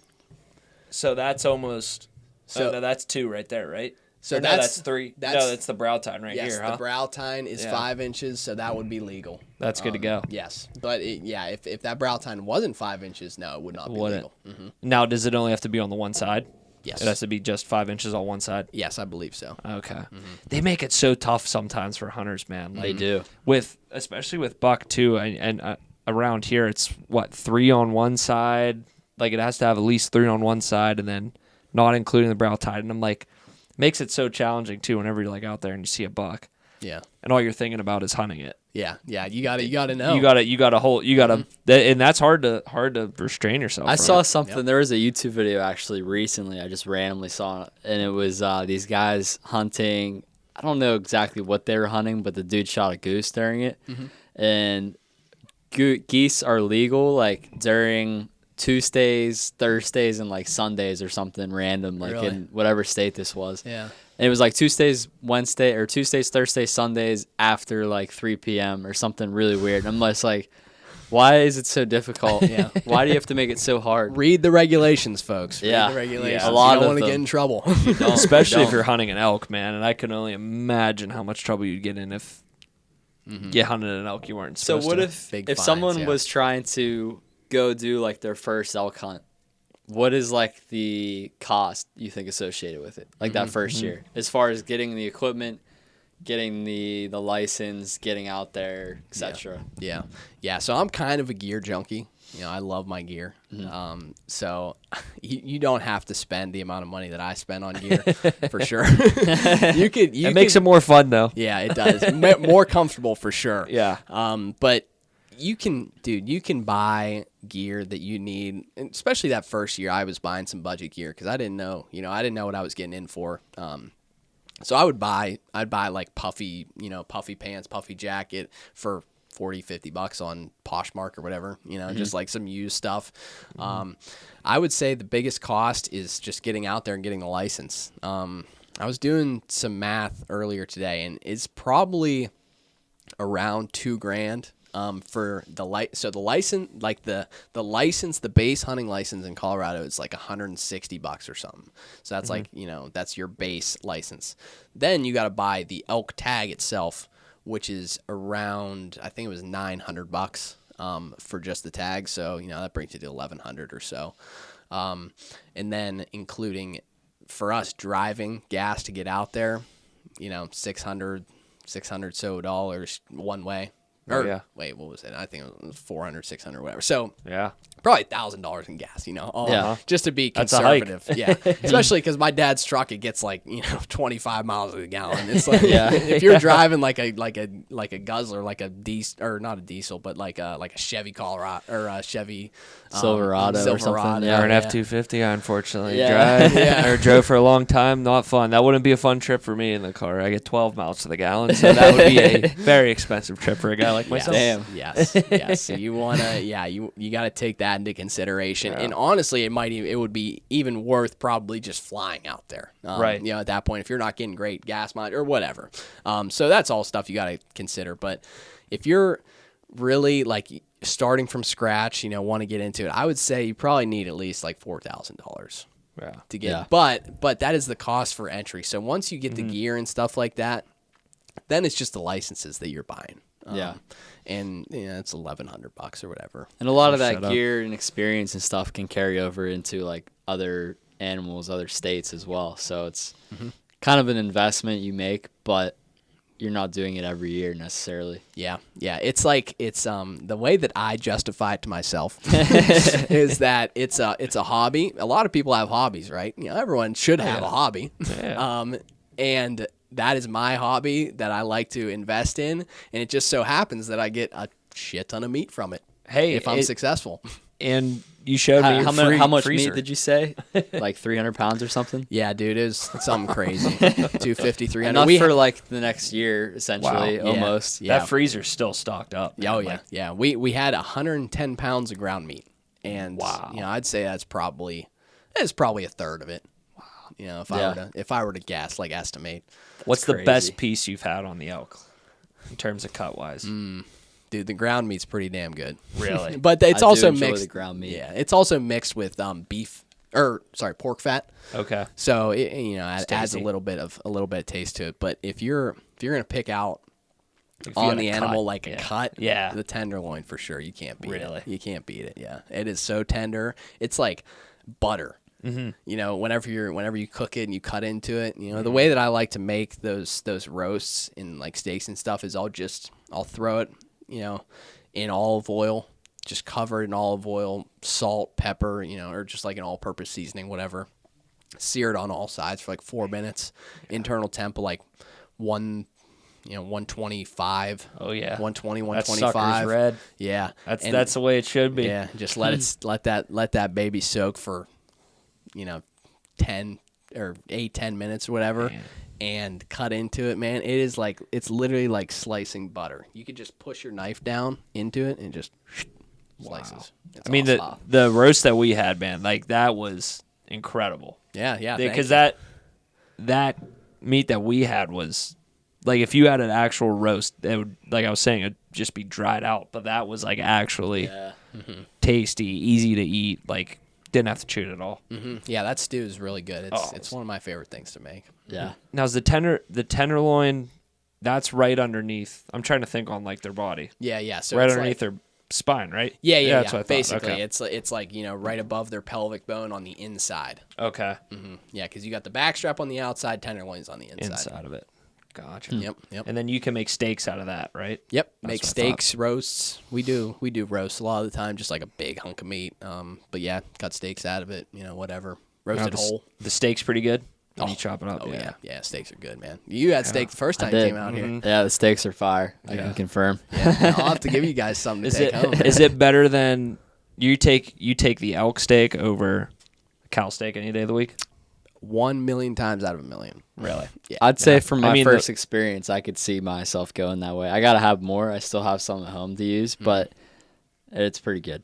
I mean, Yeah. the one I had today, I'm like, damn, that was good. That was good. Yeah, and I was telling you guys, it's like a different, it's comparable to beef, obviously, because they're same class of animal, cervid, I guess. They got hooves, right? Yeah. But it has a slightly different taste. It's more flavorful. And it's not gamey by any means at all. Not like at all. I think that's always people's like biggest concern whenever they have something that was hunted. It's like, oh, it's just gonna be gamey. Yeah. It's like, no, that's not the case. Like like we were saying earlier, sometimes just people will goof up or F up in the process. And like you said, what you probably do whenever you put the meat that you can into the bags and then you use I'd never even like heard of that before. And some of the deer meat that I've probably have had in the past was not treated like with that same precaution. And you're like, that was disgusting, Yeah. But like if you take the proper steps, it's really damn good. Yeah, you just gotta eliminate the bacteria, get it as dried out as quickly as you possibly can, and that citric acid helps with the bacteria growth. It stops it from growing basically on the outside, and man, that elk could not have been taken care of better. We had those 2 coolers that downstairs, 150 quart coolers, full of one of them was full of milk jugs of ice. And basically we spread them out into both of them, put a layer of ice on the bottom, put them all, like cut up the legs into, muscle groups and stuff like that, Ziploc baggies, straighten the cooler, close the cooler, ratcheted it shut so it wouldn't open. Yeah. And it's just sealed. You know, we were out there for 3 more days. Wow. And you know, another 24 hours home, and it was freezing in there. You know, like crazy. Those are coolers you get from. We literally got them from Sam's Club. Wow. So you know, And it worked. Yeah, you just gotta take care of it properly, man. And that's it makes all the difference in the world. I've screwed up deer before where I didn't take care of them properly. You can tell the difference. Absolutely. Yeah. Like biting into like a gamey deer, you're like, oh man. Like someone's like, try this cut I got or something, and I'm like, all right, try it. And I'm like, Yeah. wasn't it? That wasn't it. Like, it's good. That was good. Yeah. Would you say that what's like your dream hunt, or is there other big game on the table? Yeah. I got a lot of hunts that I want to go on in my lifetime, but I would say my goal for right now is in 2 years, I want to go up to Alaska to hunt moose. That'd be crazy. I was actually going to say that earlier when you talked about Alaska. You can get multiple moose tags or whatever. Yeah. Yeah, Alaska would be nuts. You can get multiple moose tags in. Not in Alaska. one, Well, not just one like- year, but you can get them yeah. repeatedly. Oh, okay. Yeah, you can. Gotcha. You might be able to buy them every year, I think. Wow. I mean, I'm it's sure just- there's so many up there too, or they're just like, There's we so gotta much get 'em out of land. there. Dude, Yeah. so much land. I wouldn't even know where to start Alaska-wise, like where you even look, because it's so damn big. Yeah. Yeah. You'd have to fly that one though, right? Yes. Yeah. For sure. For I mean, sure. that drive would probably be like a Oh my week or something God. crazy, Gotta right? drive through rough parts of Canada. Plus, like, you'd have to go through Canada, Yeah, yeah, and just dealing with like going through customs, going through the border of Wow, Canada, that's with true. Alaska firearms. to Canada. Yeah. and So then what if- Canada Yeah. to here? Yeah, I guess that would be a pain in the ass, huh? Not to with firearms, yes, and then also with if you were to get some with the meat, man. How would that's you like, come oh, back with Yeah, the meat? how would they- How would you get it out of there? Say you did fly, do they have like shipping services and stuff? Yeah, Basically, yeah. you'd fly it back. Yeah, so they'll you can pay outfitters and stuff like that to package and do all that stuff and ship it back, or you could do it yourself, with shipping companies, just get quotes and stuff like that. And I've looked into it a little bit. It's a lot of logistic. It's like a logistical nightmare God. trying to get up there, trying to get back, trying to get meat back, all that stuff. And that's why a lot of people hire guides to go out there. Yeah, it's a lot of work. Yeah, and a lot of hunts you do actually need a guide legally, but yeah, it's quite the process. do you Quite need the one for process. moose? No, Okay. no, not for moose, but for Dall sheep, for mountain goat, you need guides for those, and those are expensive guides unless Yeah. you have a relative first kin that lives in Alaska. Yeah. Gives you a hookup, but Yeah. Well, if you have a relative, first kin relative, you can go with them and they can be your guide. okay. Yeah, but like in the States, for mountain goat and sheep, bighorn sheep, Rocky Mountain sheep, or desert sheep, you do not need a guide. You can just go by yourself. Wow. Yeah, but Bighorn that- sheep would be a pretty cool one to that hunt is too. my dream. Yeah, that's Yeah, something get that I one of want those to guys. do. Yeah, that's something that I definitely want to do. Just the experience in the lower 48 would be really, really cool. Top- And a Shiras moose. A Shiras moose. That's the moose in the United States, like in the lower 48. okay. That's Okay. the subspecies, and then there's the Alaskan, Is the Alaska moose bigger? a little bit bigger. Yeah. Okay. Yeah. All right. Top 3. You're going with, if you had to hunt one to 3, number 1. 1 to 3. So I would say right now. Oh man, that's tough. That's a good question. No, I would say I'd have to go bighorn sheep, Bighorn sheep. number 1, mountain goat number 2, and then moose number 3. Nice. Yeah. Yeah, Now, for sure. bighorn sheep, where do they reside at? They're In the Rockies. okay. Yeah, they're in Colorado. I actually saw a few whenever I lived out in Colorado for a few months. Whenever we were fishing, I saw a few Really? bighorns. I don't know. I feel like I saw a mountain goat one time. I could be wrong. I feel like I definitely have seen one before, but yeah, they're up there. Very high elevation. They like scale actual cliffs. Yes. Right, and they're the ones that like they'll tiptoe along like the edge. The They'll, edge like, of the mountain, yeah. the rock face. Those videos are absurd. Crazy. You see that they're like even the mountain goats, like you said, they'll just get up there and they'll like lick off the side, and you're like, what Yeah, the right? hell is he doing? It's insane. What do they even eat up there, man? It's so crazy. It's so crazy. It's so crazy. And they don't like stuff to be above them. So if you get caught above them, they will just straight uphill. They'll just go. It's Really? Like, yeah, it's like their cardiovascular system is amazing. They'll just scale a cliff. Yeah, it's crazy. Oh my Insane. god! At that elevation too, 10,000 plus feet. Yeah, they don't just care. go. They don't up. care. Nope, they do not care. Badass No animals. cares. Badass. Badass. Yeah. Now, do you need a guide for a bighorn?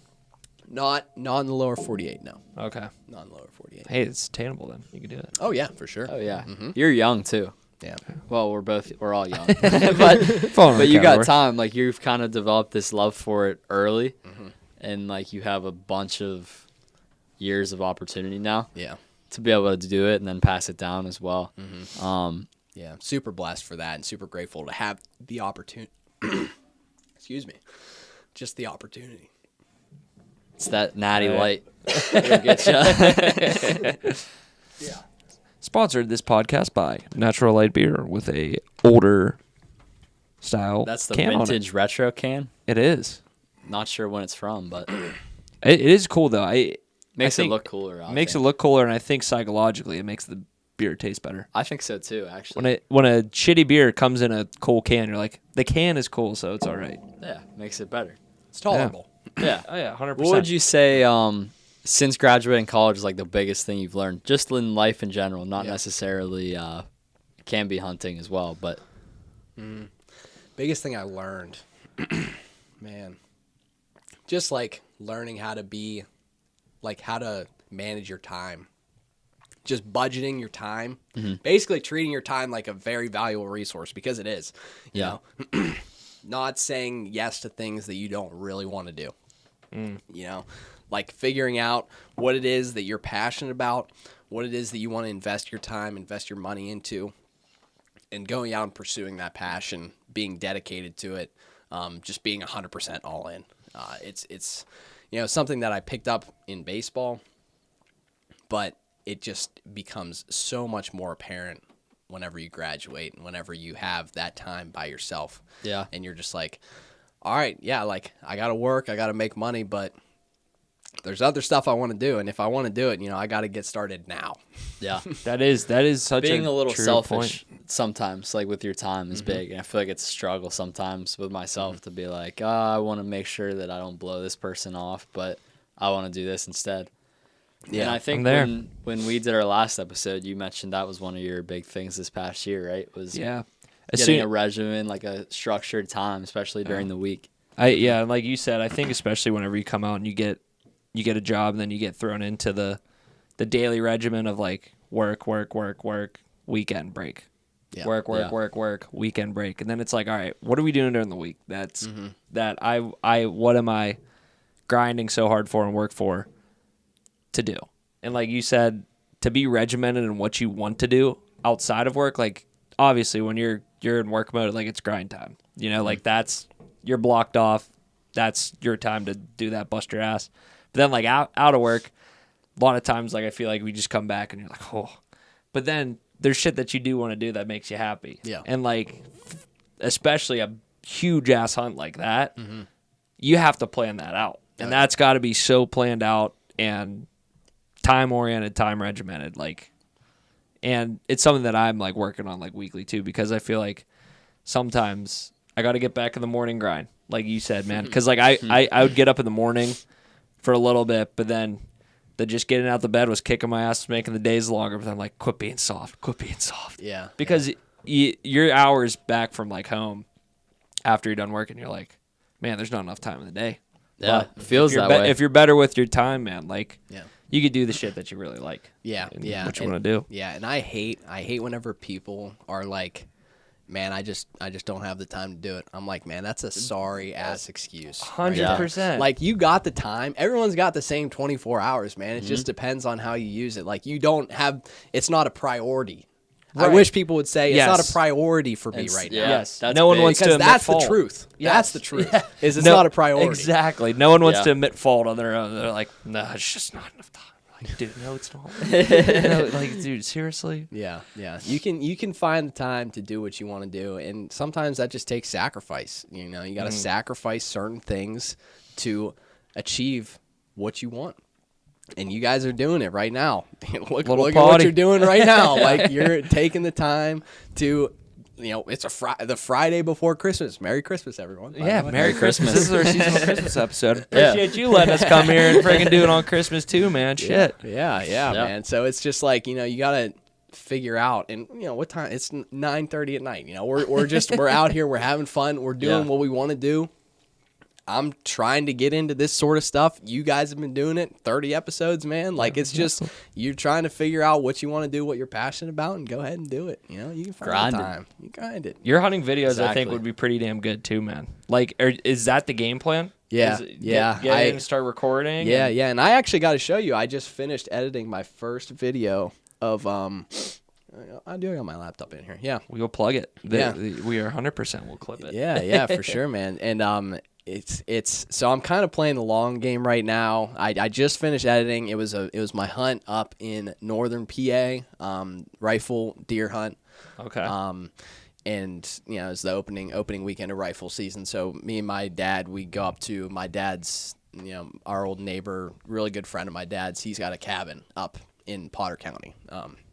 So we went up there, did some hunting, you know, and I videoed it. Yeah. Nice. Edited it. You know, put it all together, try to add some production value there. But, you know, it's just the start, man.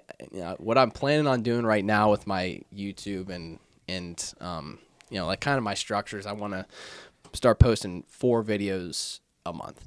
So first video is going to be scouting, you know, e-scouting on the maps and stuff like that, figuring out, you know, all right, what area I'm going to go to. You know, what are these deer going to be? How are they going to be interacting with the landscape, stuff like that.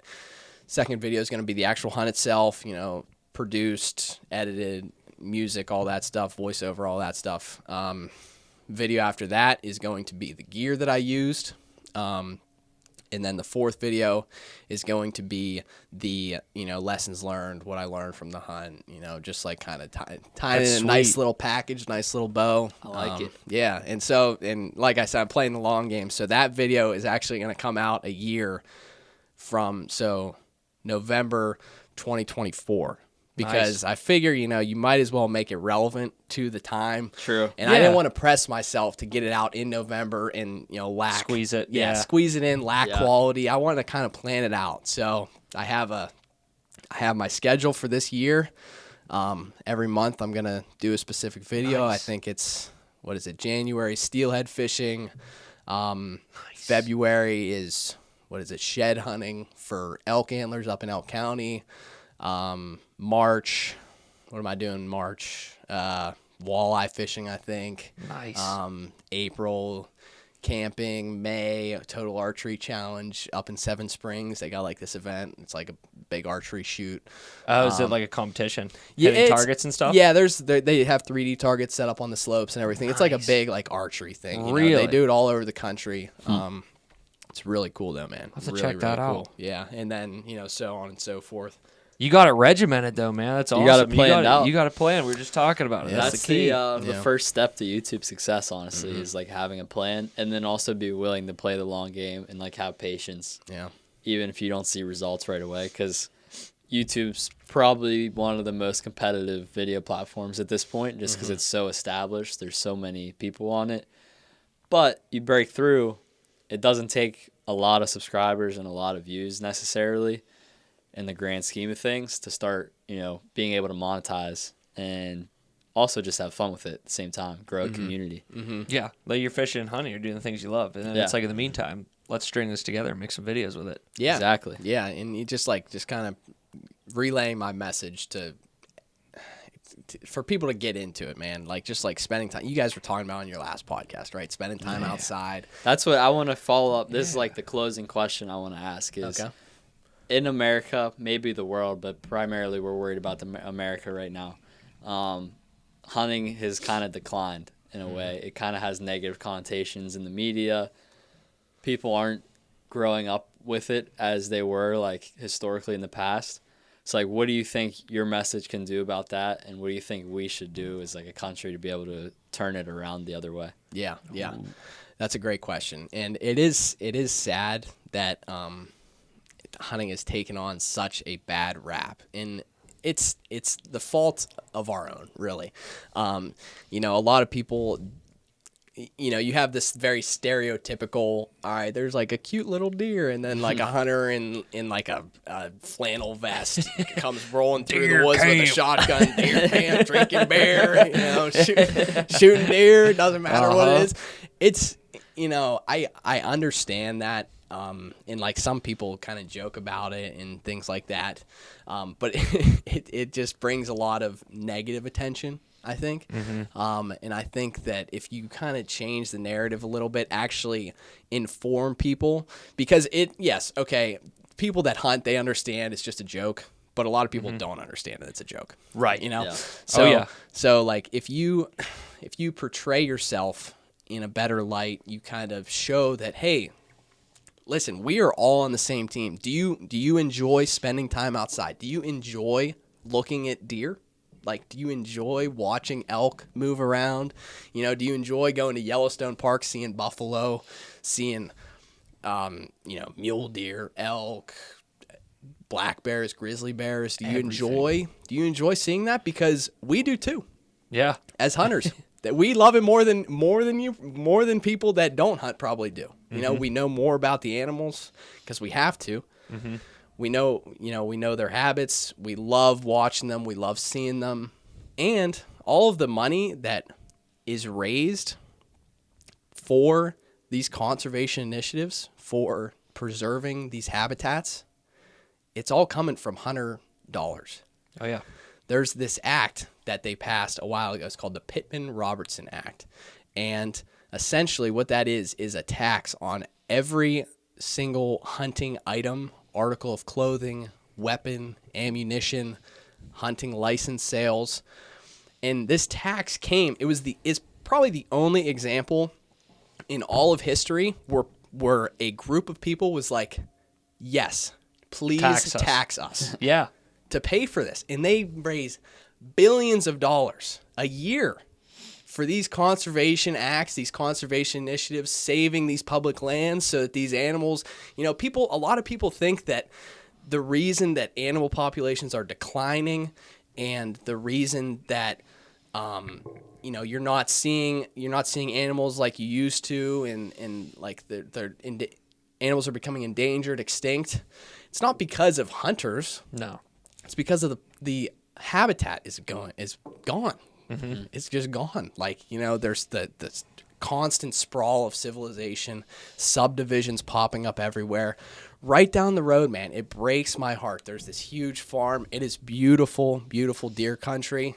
I guarantee it'll be sold in 5 years, man. The development even around Bethel Park and South Park is absurd. And then you like even look at places like Peters Township, for example.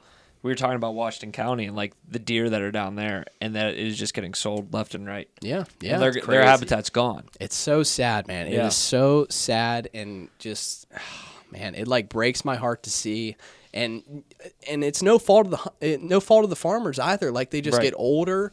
You don't make as much money. No, there's not really an incentive to keep it. And not to mention these housing developers, like these developers are coming in. They're like, all right, we'll give you $1.2 million for your 100-acre farm. Let me farm. back up the Brinks truck and drop this pile of money off for you, brother. Dude, it's like, why would they not take that, right? They're struggling to make money farming. You know, they make $30,000 a year, if that, and then not including like all the, you know, vaccinations that they got to do with their animals, all the equipment, the barn costs, you know, upkeep, stuff like that.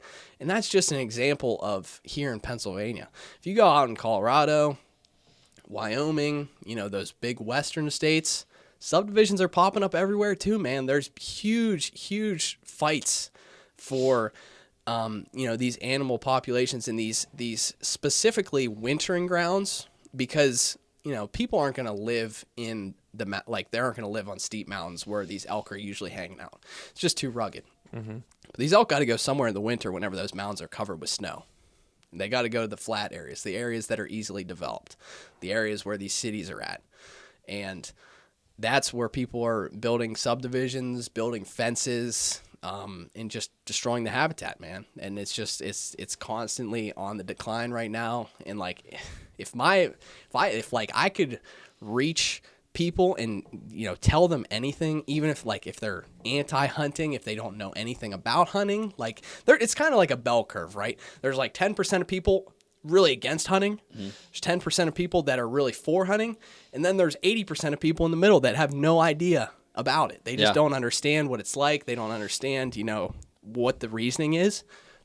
That's a perfect way to explain it. Yeah, and they can be persuaded so easily to fall in the wrong direction, because, you know, they just compartmentalize, you know, hunting from one, you know, they say, oh, you know, well, group, you know, what they try and do is they will try and separate hunters, and hunting itself is already a divided community. Oh yeah. You know, there's people that like agree with you, and then they disagree with you, and it's like you're fighting each other. Meanwhile, there's a much bigger issue at hand. Yeah. Right. Like people, it's so funny. Like even people within like the rifle community, like hating on the people that bow hunt or like archery hunt, and it goes the same thing with like fishing. People that fly fish versus people that like angle, and everybody's like butting heads like, you shouldn't be doing that. And it's like, wait a minute, guys, like we're all doing the same thing. We're all on the same team. We're all on the same team. And I would even bring it a step further and say those people, those vegetarians, those vegans, those people that love animals, animal rights activists, all of that stuff, we are on the same team as you. They don't like. And I understand how that can be so convoluted and so confusing. And it is. Nothing in this world is black and white. Right? We care about the animals probably just as much, if not more, than you guys do. And I don't mean that like as a contest. Like, we're not trying to compete here. We all want to see these animals thrive. We want to see their populations thrive. We want to see them expand, go into their native ranges, you know, back to where they always used to live. Everyone wants to see that. So why are we fighting against that? Right. And the big thing too is a lot of people I don't think realize like hunting is crucial in conservation efforts. Like animals need to be hunted. Like the deer population, even like Mount Lebanon, for example, like how bad that got. And deer, especially in Pennsylvania, are rampant with Lyme's disease because of overpopulated deer, you know, and that bounces from deer to deer to deer. Next thing you know, it wipes out the whole population. And that's like, that process needs to be controlled somehow. Yeah. And that process is hunting the deer, and that helps in that effort, you know? Yes. And that's the reason that in Allegheny County, it's very, very easy to get doe licenses. You can get basically unlimited. I saw this year that whenever I bought, they gave you a doe tag on top of your buck tag this year, right? Or you had to buy it for $5? You can. Is that what it was? It's $5. Though. That's what I thought. Yeah, you could buy one for $5. Yeah, and now it's you can buy it online. So it's easier now than ever, because you used to send these pink slip or these pink envelopes in to and it was kind of like a hard process. Now you can just buy them online. Yeah, it's awesome. Right at your fingertips. Right, exactly. I think a big thing what you said with the bell curve too, like the 80% that has no idea about it. I think there's such a opportunity in like the social media era that hasn't been tapped into with regards to hunting, because there's definitely a lot of people taking advantage on YouTube and Instagram, but not nearly as much as any other like sports or technology or any other industries. So what you're doing, there is potential for you to be able to break through and have your message be seen. It must have been in the air or something. It's really dry in here. Really dry in here. It's all these foam pads sucking on the moisture. Yeah, right on. The sound. Big opportunity for your message to be seen by a bunch of people. Yeah. And I've seen it firsthand with some of the duck hunting accounts and stuff, like Loaded Timber, Waterfowl.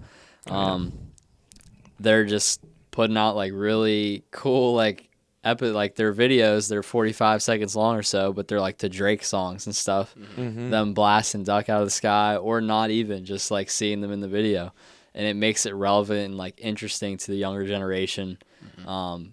And it's vertical. It's ready that you're watching it on your phone. It takes up the whole screen. So big opportunity out there. And this episode in general was fire. It was amazing. It really was. Any closing topics or remarks you want to make? Oh man, I could talk about this forever. Like I am very. We might need a part Me two. too. We definitely do, man. We Yeah. definitely do. This No, is a great episode. Yeah, I'm very passionate about it. And it's just something that can't be stated enough. Like I was telling you guys like about Meat Eater. Like they have a very good message as well. But they're and they have a huge following. Million plus followers on Instagram. Million subscribers on YouTube, and they preach the same thing, man. It's all about conservation. You just gotta like, I want, for people that might be listening that don't know about hunting or might even be against it, just would ask to like approach it with an open mind and like, understand that we aren't here to eliminate the population. That is the opposite of the goal, right? We're trying to manage the population while also utilizing the meat that we get from it, the animal. They make great decorations. They do. Right? Like Pull a room together, damn it. Yes. Check that out. yes. Check that out. So like it's not just I'm not just going out there to kill an animal. No. I'm going out there to provide food for myself, for Sammy, for my family, for my dogs, man. Not a single part of that elk went to waste. The scraps, the bones, I kept all of it, all of the skin that you cannot eat. Like as a person, you're not going to eat it. I take it, put it in the dehydrator, and give it to my dogs as treats and in their dog food, man. And they freaking love it. Like That's awesome. it's there's nothing that's going to waste there, and it's only for a good cause, man. Like I don't want to attack anyone here, but like I spent $1,100 to get that elk, right? Like basically donate $1,100 to the Colorado Parks and Wildlife so that they can manage that population for generations to come. Oh, yeah. And that's, that is my message that I want to share with people. It's more than just the killing aspect of things because I don't enjoy that at all. It's the whole process and what it brings to my life, and it fuels my passion for the outdoors, spending time outside, and I can guarantee you that if I'm spending time outside, I'm going to be a better boyfriend, a better, take care of my dogs better, a better son to my parents. It grounds me, it centers me, and it connects me to my environment and to where I know exactly where my food's coming from and the effort that it takes to get that food. You appreciate it. Yes, you appreciate it. You don't go to the store and it's just not right at your fingertips, man. Hours and hours and days and weeks and months thinking about it, planning. That's how much effort it takes to gain meat. Not just, we'll go to the store this Sunday. We'll grab, 10 pounds of meat. Yeah. That takes a lot of effort, and it's a lot of just energy involved. Not just energy like someone harvesting that, but just energy, the animal's presence. It's just, there's a lot more into it is all I'm saying. So just come at it with an open mind. I love that. Incredible. It was an incredible episode. We really thank you for letting us come into your home and set this all up. And The mobile potty. it was awesome. I learned a lot, I feel like. So Dude, We the definitely honor go is on. all mine, man. It was a pleasure doing this, dude. I love you guys. You can come here anytime, and I'm going to send appreciate you guys home with some elk meat. Hopefully you enjoy it just as much as heck I yeah. The man. I love that. Episode 30. It's a wrap. Deuces.